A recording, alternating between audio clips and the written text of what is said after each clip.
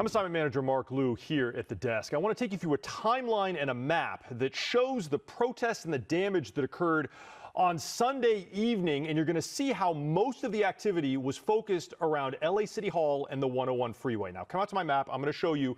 This is downtown LA, and things on Sunday night started to get a little dicey right around 4:30 in the afternoon when here at the 101 and Los Angeles Street, right around here, a group of protesters ended up going onto the freeway. Now, this was hundreds of people that ended up down there on the 101 freeway. LAPD approached from the north and the south and immediately attempted to get those protesters off of the freeway. Now, the next thing that happened was those protesters, they moved north along Los Angeles Street right about here to this area near Paseo de la Plaza, and that's where we saw the torching of 5 Waymo driverless taxis. Now, all 5 of those Waymos, well, they're losses completely. They've been burned to the ground. Each one of those Waymos costs about $160,000 each, making this an $800,000 loss for the company.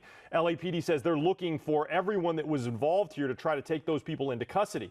Now, the next significant thing that happened, we moved down here at about 6:50, just to the west of LA City Hall, and it was at Spring Street right here that a group of protesters used metal chairs and barricades that they grabbed from the area here at Grand Park, took them over to Spring Street and created a barricade in the middle of the street. Now, this is where LAPD formed a skirmish line coming from the north heading south, and they used less than lethal rounds to try to break up that protest. So you can see all of the damage that happened there with those barricades there on the ground. Now, the next thing, a group of protesters then approached the 101 freeway at Main Street, and they saw that there was a large number of CHP vehicles here down on the freeway, and that's where a group of protesters on Main Street ended up raining debris down onto those CHP units, causing a tremendous amount of damage.